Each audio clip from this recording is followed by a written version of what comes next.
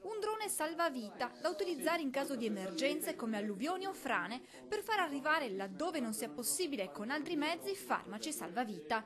Lo stanno sperimentando da un anno i ragazzi dell'Istituto Ipsia Galilei di Castelfranco, primi in Italia a testare un oggetto volante con queste funzioni, portato anche in mostra alla Fiera degli Inventori di Roma e pronto in giugno 2015 a volare a Londra a rappresentare l'Italia al Science on Stage. La possibilità di utilizzare questi droni per portare dei farmaci che possono salvare la vita delle persone è qualcosa di molto importante. Il lavoro è quasi terminato, il drone tra 6 mesi potrebbe essere pronto a lavorare sul campo, ma il condizionale è d'obbligo perché il mezzo va ultimato e perfezionato, ma per fare questo sono necessari fondi, circa 10.000 euro. Per questo, grazie al progetto della Fondazione Nord-Est che ha selezionato 10 scuole del Triveneto, anche l'Ipsia Galilei ha avviato un crowdfunding per raccogliere finanziamenti.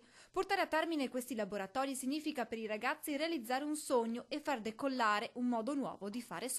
Dove i giovani possono essere utili anche al mondo economico, alle imprese, perché le imprese possono raccogliere le idee che vengono dai giovani.